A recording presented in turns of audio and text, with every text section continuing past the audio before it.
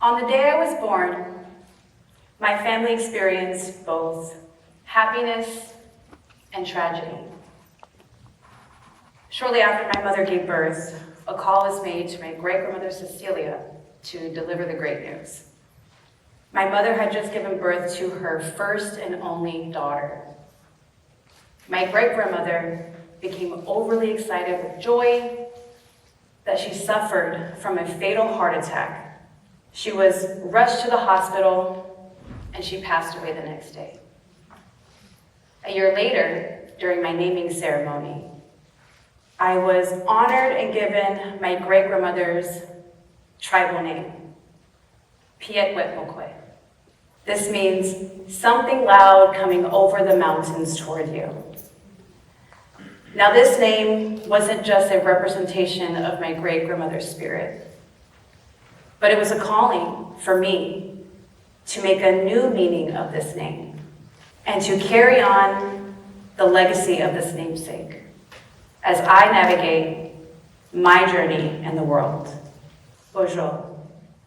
Pyet DeSpain. And Deshnakaj Mishkovni, Badwadmi and Dao. Hello. My name is Pyet DeSpain, but I go by Pyet. Growing up, my parents were separated, so I was constantly moving between urban Wyandotte County and Kansas City, Kansas, and charming Pawhuska, Oklahoma, which resides on the Osage Nation reservation territory. I felt like I was constantly being pulled between two different cultures, moving from home to home, frequently changing schools. I felt like the constant need to reinvent myself, to adapt to fitting into either my dad's Mexican side of the family or my mom's native side. When I was 11 years old, I begged my mother to let me go move in with my grandmother on the reservation. Now, this was the first time that I had ever really felt like I was home. Most of the kids in my class were also Native, and I attended ceremony and community powwows. I also played what's called hand games at the community center. Now, I was surrounded by culture, my culture, yet I still grappled with feeling too small, too mixed, and too different.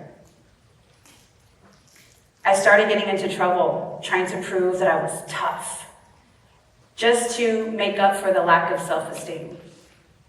So when the school year ended, my mother thought it was a great idea for me to go move in with my dad because I was just getting into way too much trouble at my grandmother's. So my dad, trying to be a good parent, he enrolled myself and my siblings into a good school district in the suburbs of Kansas. Now at this school, the Mexican kids called me white girl, güera, half-breed. And ironically enough, the white kids, they called me Mexican. It didn't matter how I dressed or the way I wore my hair. I was never going to look Native enough, and because I didn't speak Spanish, I was never going to be Mexican enough either. I remember one day in history class, we were learning about the early settlers of the Americas and about this first Thanksgiving being a harmonious gathering between pilgrims and Indians. But yet this narrative didn't quite reflect the stories that my relatives had taught me. The stories of boarding schools, genocide, and broken treaties. So I built up the courage and I raised my hand, trying to express and explain how I was Native American and to give a different perspective of the story. You know, the truth. But my teacher, she doubted my Native American heritage. And she questioned me in front of the entire classroom asking, "But aren't you Mexican?" Oh, so you better believe both the Native and the Mexican side showed up to school that day. Because I started to argue with her, trying to prove my identity and live up to my namesake. But because I spoke up, I was sent to the principal's office for being too loud and disruptive. I was being labeled just another Mexican kid defying authority. Now this incident, it left me feeling confused. confused about how I should be presenting myself. If I can't express myself without getting into trouble, then how do I express myself? Where do I fit in? Now, I found the answers to these questions eventually, and it was in the kitchen. In the kitchen between my grandmother and my tias making tamales in the assembly line of tamale making in the holiday season. I didn't have to prove why I should be there. And it was at the dinner table with my family where there was always a seat for me. This was my family, my culture, of course I belonged. But it was my Mexican-American side of the family that owned restaurants and were highly competitive about whose beans and arroz recipes were better than the others. And it was the native aunties that were making big pots of corn soup on the powwow grounds where I learned my passion for cooking. The kitchen became my sanctuary. Cooking became the connection to my roots.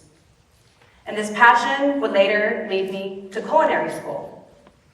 Now, when I started culinary school, I was so excited about learning all of the different cuisines and cultures of the world, especially how my own culture would connect to theirs. But once again, I found myself in an academic setting where the essential and crucial history of Native American culture was missing. It was suspiciously missing from not just the curriculum, but the textbooks as well.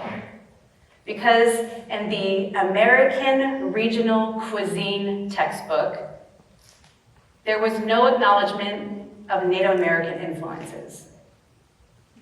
Yet, Native American traditional foodways have significantly contributed to global food systems, particularly the agricultural techniques like intercropping and ecological farming practices. Yet, this wasn't worth mentioning, I guess.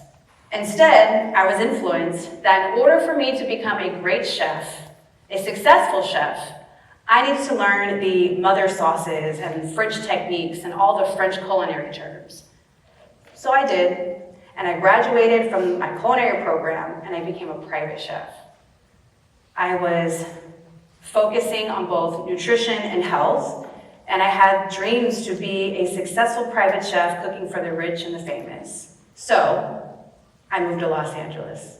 I packed everything in my car, including my Cafe Merlot, and we drove across the United States, and I landed in the city of big dreams and harsh realities.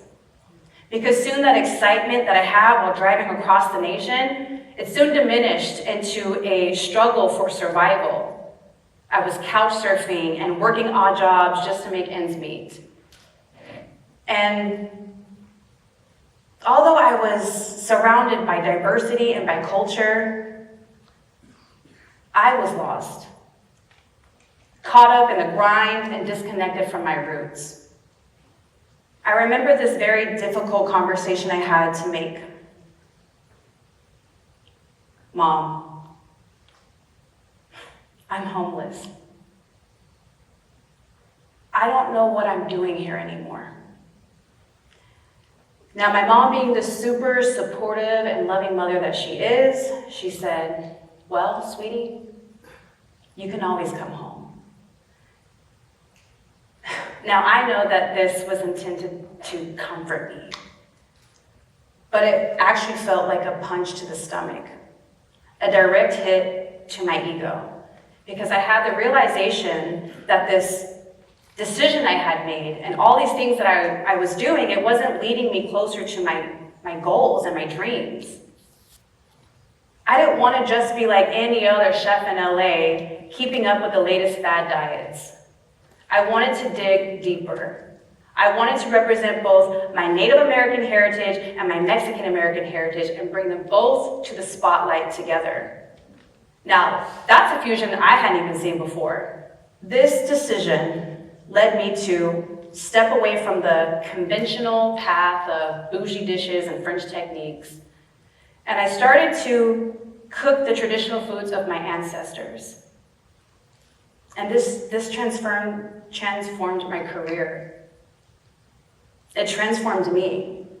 The more I embraced my identity and my cultural heritage, the more that I began to feed my soul, my spirit. I began to heal from all of those years of feeling rejected.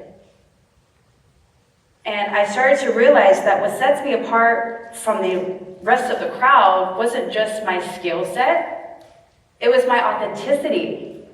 It was my DNA. And the more I was embracing my identity and cooking the food that I loved, I started to spark an interest in other people. And I started to build a platform for myself, not just on social media, but in the culinary world as well. Embracing my cultural foods led me to all of these new opportunities. In 2021, I was named Best 25 Private Chefs in Los Angeles in an entrepreneurial magazine. My authenticity later led me to cook wajabi, which is a traditional Native American berry sauce, and fry bread on a major cooking competition on national television. And I won.